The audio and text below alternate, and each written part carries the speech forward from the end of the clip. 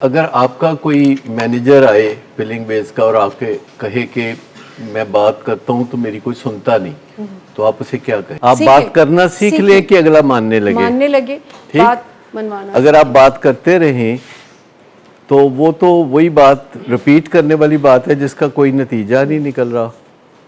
لیکن وہ کیا چاہتا ہے مینیجر کہ آپ اپنا کام چھوڑ کے اس کا کام سنبھال لیں۔ وہ تو یہ چاہتا ہے نا کہ اس کے نیچے جو 6 لوگ کام کرتے ہیں جو اس کی بات نہیں مانتے، آپ اپنا کام چھوڑ دیں اور اس کا کام پکڑ لیں۔ تو آپ نے تو وہ بات کرنی ہے نا جو ون ون ہو، وارے میں ہو، کہ بھی آپ اپنا کام کریں، میں اپنا کام کرتا ہوں، اور اگر آپ کے ماتحت آپ کی بات نہیں سنتے تو آپ پڑھیں کتاب جس کا نام ہے انمول مینیجر کے میٹھے بول۔ اگر آپ ماں باپ ہیں اور آپ کی بات نہیں سنتے بچے تو پھر آپ پڑھیں انمول ماں تگڑی ماں۔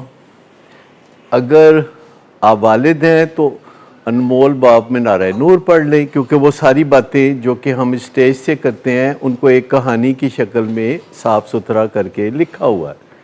اگر میاں بیوی کے درمیان بہت تنقید ہوتی ہے، چیخ چیخ ہوتی ہے، توہین امیزی ہوتی ہے، خاموشی چھا جاتی ہے اور دفاعیت ہر وقت اپنے آپ کو صحیح ثابت کرنے کی کوششیں ہوتی ہیں، تو ہم انہیں کہتے ہیں کہ آپ وہ کتاب پڑھیں ہماری قصہ چہار درویش عرف میاں بیوی لڑتے کیوں ہیں۔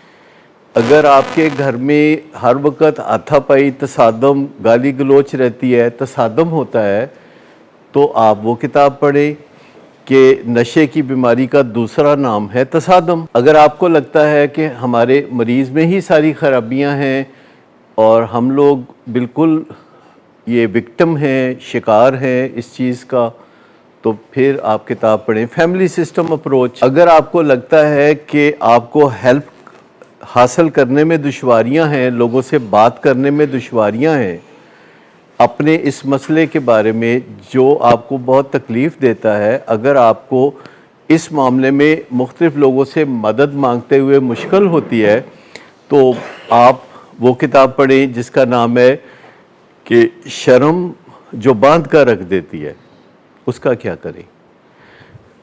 تو سارا کریکولم جو ہے کسی نہ کسی طور کوئی 20 کے قریب کتابوں میں اچھی طرح سے ایکسپلین کیا ہوا ہے، اور اگر آپ وہ پڑھیں گے 1 دفعہ نہیں، 2 دفعہ نہیں، 4 دفعہ، 6 دفعہ، تو آپ کے ہڈیوں تک میں یہ ساری باتیں اتر جائیں گی۔ تھوڑی دیر پہلے ایک ماں مجھے کہہ رہی تھی کہ میں چاہتی ہوں کہ میں اپنے بیٹے کو جہاں بھی ساتھ جانے کے لیے کہوں وہ میرے ساتھ چلے، مجھے بتائیں کہ یہ مسئلہ کیسے حل ہو۔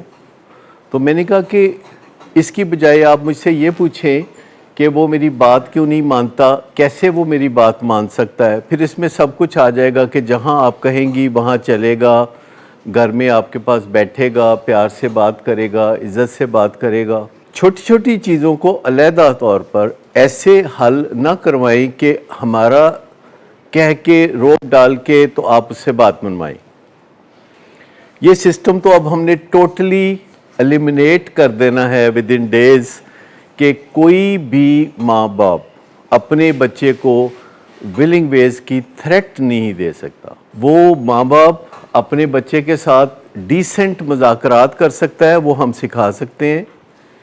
ہم سسٹم میں ایسی تبدیلیاں لا رہے ہیں کہ ماں باپ اچھے طریقے سے اپنے بچوں سے بات منوا سکیں، بجائے اس کے کہ دن رات ان کو سوتے میں جگا کے تھریٹس دیں۔ تو یہ ہم نے اب بندوبست کر دینا ہے کہ ایسا نہ ہو، کیونکہ ہمیں پتہ چلا ہے کہ ایسا ہوتا ہے۔ ایک ہوٹلز میں لوگ قیام کرتے ہیں اور عموماً جو بکنگ کراتے ہیں وہ ہوٹل میں جو بکنگ ہوتی ہے وہ booking.com سے ہوتی ہے۔ آپ میں سے بہت ساروں نے ہوٹل میں بکنگ کرائی ہوگی booking.com کے ذریعے، اور بہت سے ہوٹل والے بھی ایسے کرتے ہیں اور لوگ بھی ایسے کرتے ہیں کہ بکنگ تو booking.com سے کرا لی، بعد میں وہ بکنگ کینسل کرا لی اور ہوٹل والوں کے ساتھ براہ راست رابطے میں آ گئے اور ہوٹل میں چیک ان کیا، چیک آؤٹ کیا اور booking.com والوں کو بائی پاس کر دیا، اور ان کا خیال ہوتا ہے کہ booking.com والوں کو پتہ نہیں چلے گا۔ پتہ چل جاتا ہے، اور جب ان کو پتہ چلے گا تو وہ کیا کریں گے کہ ویب سائٹ سے آپ کا جو نام ہے وہ پیچھے کر دیں گے، پردہ کرا دیں گے، آپ کو سامنے نہیں آنے دیں گے، کیونکہ اگر 100 بکنگ روزانہ ہوتی ہیں اور 100 بکنگز کے بعد کوئی چیک ان شو نہیں ہوتے، تو اس کا مطلب ہے ان کا تجربہ ہے بڑے سالوں کا، ہالینڈ کی یہ ویب سائٹ ہے، دنیا کی سب سے بڑی ویب سائٹ ہے، جس سے ہوٹل والوں کو بڑا فائدہ ہوتا ہے، چیک ان کرنے والوں کو فائدہ ہوتا ہے۔ تو طریقے ہوتے ہیں کہ کیا کوئی والدین اپنے بچوں کو ویلنگ بیس کی تھریٹ دیتے ہیں کہ نہیں کہ تسی یہ گل منو نہیں تے تانوں چکوا دیاں گے۔ یہ براہ راست اس طرح کی تھریٹ دینا بہت نامناسب طریقہ ہے، ویلنگ بیس کا غلط استعمال ہے۔ جب کوئی پیشنٹ پہلی دفعہ آتا ہے تو ہم دیکھتے ہیں کہ والدین ہدایات پہ عمل کرتے ہیں کہ نہیں کرتے، انیبلنگ پرووکنگ کے بارے میں بات سمجھتے ہیں کہ نہیں، انٹرونشن ڈیٹا پریزنٹ کرنا جانتے ہیں کہ نہیں، اور اسرٹیونیس ان کے اندر آتی ہے کہ نہیں، پروسیس انٹرونشن کو، فیملی انٹرونشن کو سمجھتے ہیں کہ نہیں۔ اور اگر وہ 100 دن یہ سب کچھ کرتے ہیں تو ٹھیک ہے۔ ان 100 دنوں کے درمیان ہمارا پہلا ٹارگٹ یہ ہے کہ فیملی اس پوزیشن میں آ جائے کہ اپنے مریض کو جب چاہے آرام سے علاج میں لے آئے۔ ہم چاہتے ہیں کہ 100 دن میں فیملی اس پوزیشن میں آ جائے کہ جب فیملی اپنے پیشنٹ کو کہے کہ چلو علاج میں، تو تھوڑی بہت گھر میں بات چیت کے بعد وہ آ جائے، اور کچھ پیشنٹ پہ ایسا کام کریں کہ وہ بات ماننے لگے، اور کچھ فیملی پہ ایسا کام کریں کہ وہ بات منوانے لگیں۔ اور 100 دن کے بعد اگر انڈور کی کسی وقت ضرورت پیش آتی ہے ہدایات ماننے کے باوجود، جس کا امکان بہت کم ہے، تو پھر 100 دن کے بعد اگر ایسی ضرورت پیش آتی ہے تو ہمیں بیک ٹریک کرنا پڑے گا، دیکھنا پڑے گا کہ انہوں نے اپنے کام کو علاج کے حوالے سے جو فیملی کی ذمہ داریاں تھیں انہوں نے پوری کی کہ نہیں۔ اگر پہلی دفعہ پیشنٹ کرائسس انٹرونشن کے ذریعے آتا ہے تو دوسری دفعہ اگر ضرورت پیش آئی ہے تو فیملی انٹرونشن کے ذریعے آنا چاہیے، جس میں فیملی بات کرتی ہے مل جل کر پیشنٹ سے۔ اور تیسری دفعہ یہ صورتحال اگر پیش آئے تو وہ پروسیس انٹرونشن ہوتی ہے، جس میں فیملی میں سارے کام سیدھے ہو گئے ہوتے ہیں اور مریض کے لیے یہ ممکن نہیں ہوتا کہ وہ فیملی کی بات نہ مانے، اور وہ فیملی کی بات ضرور مانے گا، اور پھر سمجھا جائے گا کہ یہ پروگرس ہو گئی ہے کہ پہلی دفعہ مریض کو اس کی مرضی کے خلاف لایا گیا تھا، دوسری دفعہ فیملی مل کے بات کر کے لے آئی، تیسری دفعہ گھر کا ماحول ہی بدل گیا کہ جو ہی مریض نے نشہ کیا اس نے کہا میں چلتا ہوں۔ تو یہ تو پروگرس ہے، ڈیفینیٹ پروگرس ہے، لیکن اگر کوئی یہ سمجھتا ہے کہ وہ جب چاہیں ہمیں ٹیلی فون کر کے یہ کہیں کہ ٹیم بھیج دیں اور ہم ٹیم بھیج دیں، اور خود وہ پھر لاپرواہی کریں، ہماری بات بالکل نہ سنیں، ہماری ہدایات نہ سنیں، تو ایسا ہم اجتناب کریں گے آہستہ آہستہ۔ ہماری کوشش ہوگی کہ جن لوگوں کی ہم نے عادتیں خراب کی ہوئی ہیں ان کے ساتھ کچھ ویسے ہی چلتے رہے پہلے کی طرح، لیکن جن لوگوں کی ابھی ہم نے عادتیں خراب نہیں کی ان کی عادتوں کو ہم درست کر لیں شروع میں ہی۔ لوگ ہمارے ساتھ بنیادی طور پر 2 نیتوں کے ساتھ آتے ہیں۔ ایک نیت یہ ہوتی ہے کہ وہ جو کچھ کر رہے تھے وہ غلط تھا اور وہ اب سیکھنا چاہتے ہیں کہ صحیح کیا ہے، وہ کر کے دیکھیں، شاید خاندان میں بہتری آ جائے، شاید حالات میں بہتری آ جائے۔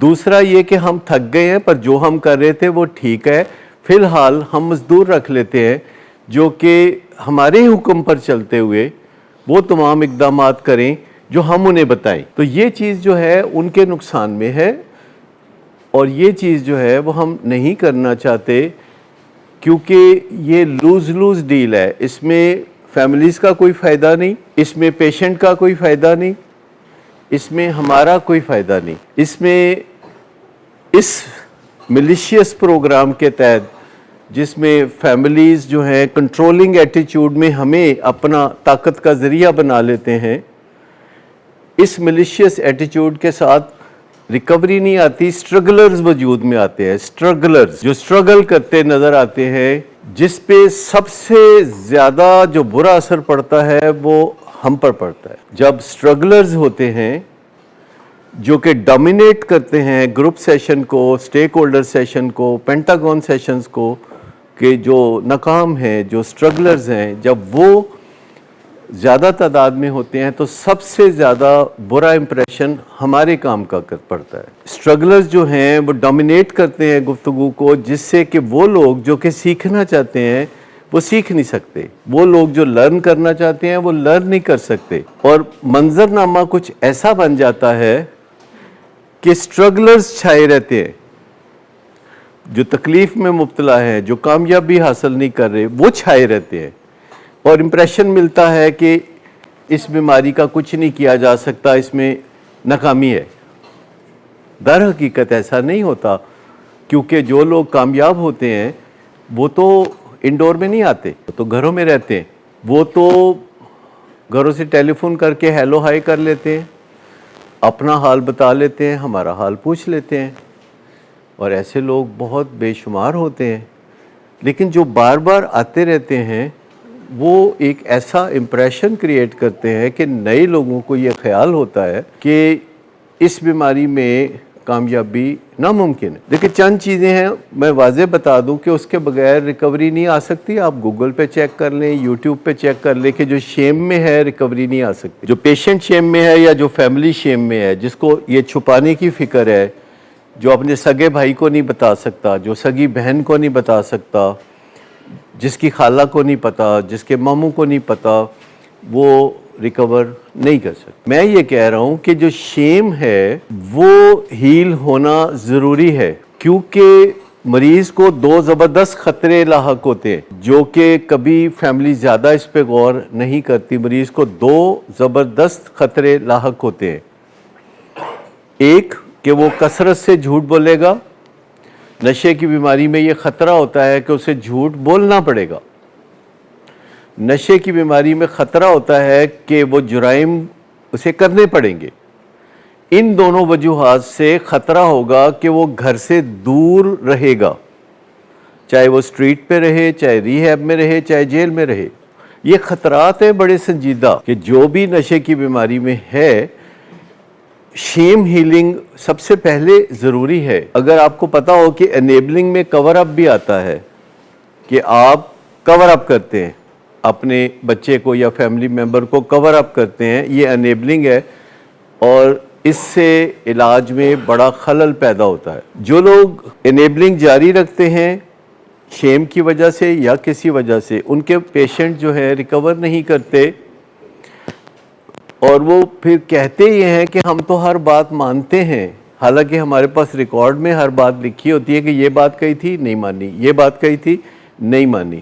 لوگ عام طور پر جو اندر کا پروگرام ہے وہ یہ ہوتا ہے کہ انہوں نے تھک ہار کے اب کرندے ہائر کیے ہیں، مزدور ہائر کیے ہیں کہ تم ہمارے رستے پہ چلو، جو ہم کر رہے ہیں اس میں ہماری مدد کرو۔ ایٹ بیسٹ وہ ہمارے ساتھ صلاح مشورہ کرنا چاہتے ہیں، ایٹ بیسٹ وہ صلاح مشورہ کرنا چاہتے ہیں۔ مجھے بتائیے کہ دل کا مریض کسی کارڈیالوجسٹ سے جا کے صلاح مشورہ کرتا ہے؟ صلاح مشورہ نہیں ہوتا، یہ رول ریورسل ہوتا ہے۔ اس بنیاد پر کہ ہم فیس دیتے ہیں تو ہم اپنی نجائز بات بنوائیں، ایسا نہیں ہوگا، کیونکہ دن بدن ہمیں احساس ہوتا رہتا ہے کہ یہ غلط ہے، یہ صحیح ہے، یہ غلط ہے، یہ صحیح ہے، کئی چیزوں کا پتہ چلتا ہے۔ ہمارا مری میں ایک ہوٹل ہے، booking.com پہ وہ پریزنٹڈ ہے اور بہت لوگ رابطے کرتے ہیں، تو مجھے انہوں نے بتایا کہ لوگ آتے ہیں تو لوگ ہمیں کہتے ہیں کہ ہم آئے تو booking.com کے ذریعے ہیں، لیکن اب ہم براہ راست رہنا چاہتے ہیں، تو آپ ہمارے کسی فیملی ممبر کا نام لکھ لیجئے۔ اور وہ ایسا دو چار دن انہوں نے کیا، اور انہوں نے کہا کہ دوسرے ہوٹل والے ایسے ہی کرتے ہیں۔ تو میں نے کہا نہیں، آپ نے بالکل نہیں کرنا، کیونکہ ہماری پالیسی نہیں ہے، پالیسی نہیں ہے، ہماری پالیسی آنیسٹی اور ٹرانسپیرنسی ہے۔ اس کے ساتھ یہ مینڈیٹری کنڈیشن ہے کہ وہ booking.com کے ذریعے ہی سٹے کرے گا۔ دوسرے ہوٹل والے کچھ بھی کریں، کوئی فرق نہیں پڑتا۔ دوسری پالیسی یہ ہے جو وہاں پہ ہم نے امپلیمنٹ کی ہے کہ جو کوئی پیسے ہمیں دینا نہیں چاہتا وہ پیسے ہم اس سے لینا نہیں چاہتے، یہ ایک پالیسی ہے۔ آپ سوچیں کہ کسی ہوٹل کی پالیسی یہ ہے کہ جو کوئی پیسے دینا نہیں چاہتا وہ پیسے ہم لینا نہیں چاہتے. اچھا, اب وہاں منی بیک گارنٹی بھی ہے کہ اگر کوئی آ کے رہے گا, منی بیک گارنٹی ہے, کوئی آ کے رہے گا تو 24 گھنٹے بعد وہ کہتا ہے جی مجھے نہیں پسند تو میں جانا چاہتا ہوں, تو اس کو بولے کہ اپنے پیسے آپ واپس لے لیں, آپ چلے جائیں. اور ظاہر بات ہے کہ booking.com والوں کو یہ پتہ نہیں تھا کہ ایسا بھی کوئی ہوٹل ہو سکتا ہے جو منی بیک گارنٹی دے. تو جب ان کو ہم نے یہ بتایا کہ کبھی کبھی ایسا ہوگا, ان کے نام ایک ای میل لکھی کہ کبھی کبھی ایسا ہوگا کہ کوئی بندہ آ کے رہے گا اور اگلے دن وہ چلا جائے گا, تو اس بندے کے پیسے ہم نے آپ کو کوئی نہیں دینے, کیونکہ جس کو پیسے ہم نے واپس کر دیے اس کو پیسے آپ نے بھی واپس کر دیے. تو مجھے ودن 5 منٹس اس ای میل کا جواب آیا کہ ہم آپ سے بات کرنا چاہتے ہیں. اور انہوں نے چوتھے دن ہمارے جو ہوٹل ہے اس کو اپ گریڈ کر کے فرنٹ لائن پہ کر دیا کہ سب سے پہلے جب بھی کوئی .com کھولے گا, مری کو اوپن کرے گا, تو سب سے پہلے جو ہے ملکہ کوثر کا نام سامنے آئے گا. اسی طرح اور بھی بہت ساری چیزیں ہوتی ہیں جن کو درست کرنا ہوتا ہے پالیسیز کو اگر غور کرے تو.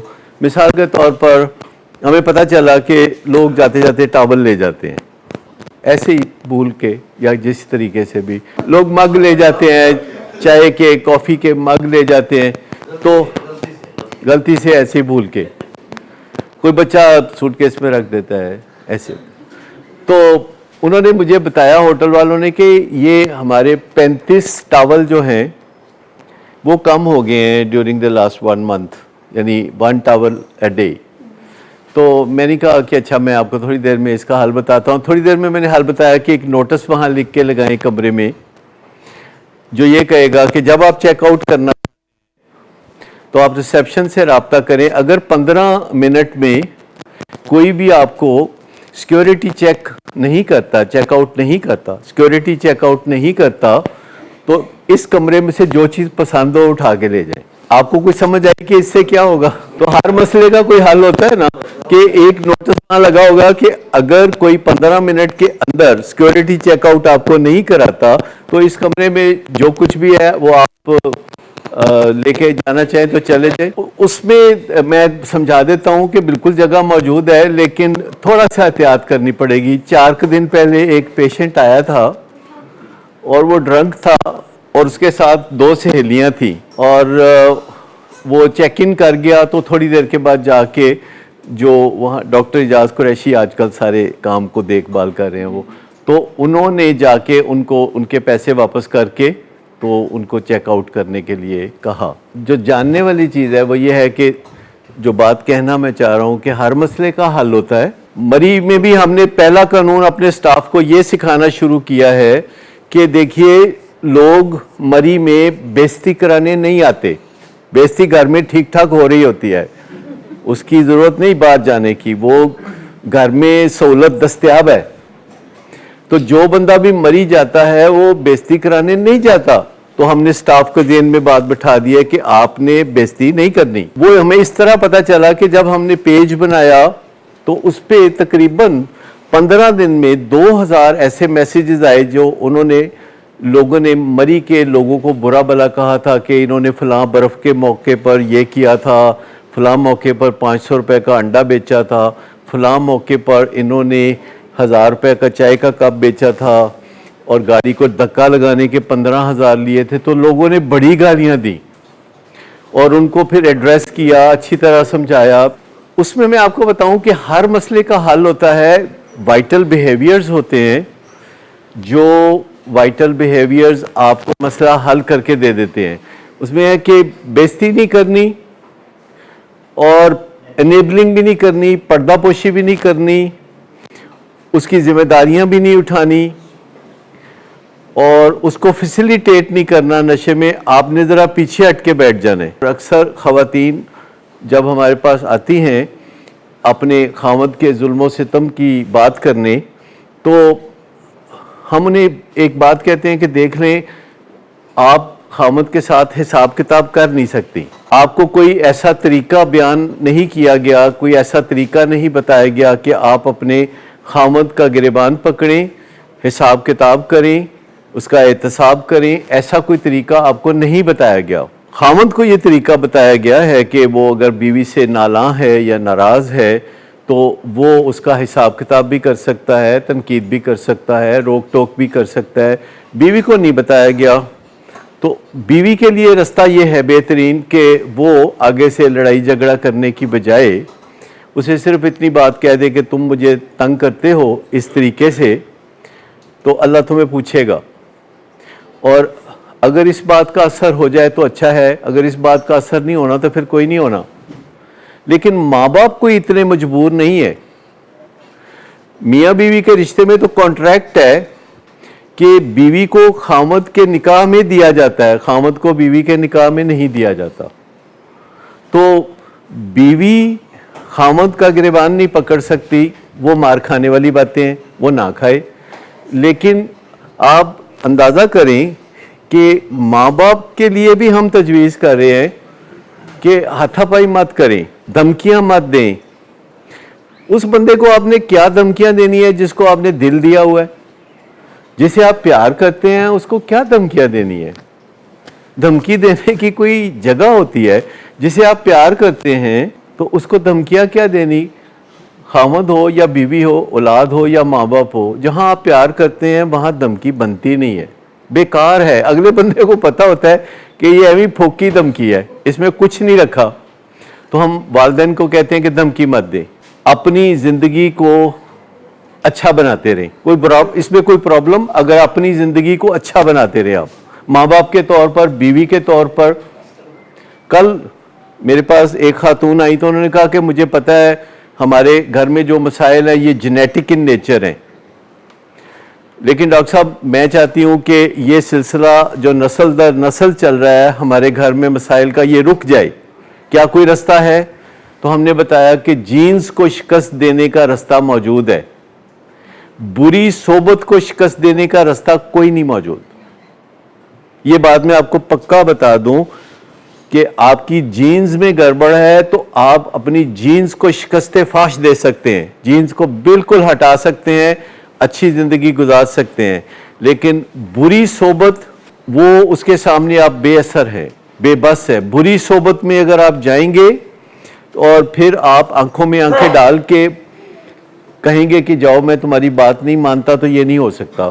بری صحبت میں جائیں گے تو بری صحبت کا اثر بھی ہوگا۔ میں آپ کو بتا رہا ہوں کہ آپ کا ہر مسئلہ حل کرنے کے لیے ماہرین نے وائٹل بیہیویئرز بنائے ہوئے ہیں جو کہ جن پہ آپ عمل کریں گے تو آپ کا مسئلہ حل ہو جائے گا۔ ولنگ بیس کا آپ کہتے ہیں یہاں رہنا بڑا مشکل ہے، ایسا ہے ویسا ہے، تو میں کہتا ہوں کہ یہ بہت آسان ہے کہ ایک بندہ جسے آپ والد کہتے ہیں اس کی بات مان لے، کوئی نقصان پہنچے تو میں بھر دوں گا۔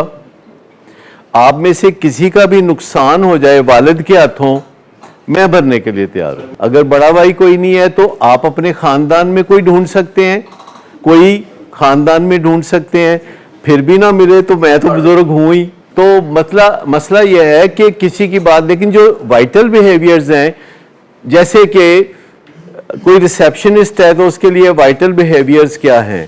کوئی ریسیپشنسٹ ہے تو اس کے لیے وائٹل بیہیویئر یہ ہے کہ جب آپ آئیں تو وہ آنکھیں اٹھا کے آپ کی طرف دیکھے، آئی کانٹیکٹ بنا دے۔ پہلا وائٹل بیہیویئر ہے کہ جب آپ آئیں، جیسے آپ کے گھر کا دروازہ کھٹکتا ہے اور آپ آ کے دروازہ کھولتے ہیں اور سامنے کوئی مہمان ہے تو آپ اس کی طرف دیکھیں گے یا آسمان کی طرف دیکھیں گے؟ آپ اس کی طرف دیکھیں گے، آئی کانٹیکٹ بنائیں گے۔ وہ کسی زمانے میں پاکستانی فلموں میں تھا کہ ہیرو ہیروئن گانا گا رہے ہوتے تھے درختوں کے ارد گرد، اور تھوڑی دیر بعد کیمرہ درخت کے اوپر ایک چڑیا اور چڑے کی طرف جا کے تو دکھانا شروع کر دیتے۔ تو یہ نہیں کرنا۔ جب آپ کسی جگہ جاتے ہیں یا کوئی آپ کی جگہ آتا ہے تو آپ آئی کانٹیکٹ کرتے ہیں، یہ پہلا وائٹل بیہیویئر کا مطلب ہے کامیاب رویہ۔ دوسرا رویہ اس کے ساتھ ہی یہی ہے کہ آپ کی آنکھیں جسے دیکھ رہی ہیں، آپ کی مسکراہٹ اسے ویلکم کہہ رہی ہے، آپ مسکرا دیں۔ اور تیسرا وائٹل بیہیویئر یہ ہے کہ آپ بتائیں کہ آپ ہیں کون، آپ اپنا نام بتا دیں اگر آپ کا خیال ہے کہ اس کو آپ کا نام نہیں پتا۔ چوتھا رویہ ہے کہ میں یہاں یہ کرتا ہوں، میں یہاں پکوڑے تلتا ہوں، میں یہ کرتا ہوں یہاں۔ اور پانچواں رویہ یہ ہے کہ اس کے علاوہ کوئی خدمت میرے لائق ہو تو بتا دے. یہ 5 رویے کتنی دیر میں کیے جا سکتے ہیں؟ ویری کوئکلی 5 سیکنڈ میں. سیکھنے کا عمل جو ہوتا ہے وہ ہمیشہ جاری رہتا ہے. کل میں نے ایک بات سیکھی, میں بازار سے کچھ کپڑے خریدے جس میں کچھ لمبائی کم کرنے کی ضرورت تھی. جب میں کپڑے خریدے تو ان کو میں نے کہا کہ اس کی لمبائی تھوڑی کم کرنی پڑے گی, تو انہوں نے کہا جی کر دیں گے. تو میں نے کہا کہ پھر کب دیں گے؟ کہتے ہیں ہم آپ کے گھر پہنچا دیں گے. یہ انہوں نے مجھے اوبلائز کرنے کے لیے کہا.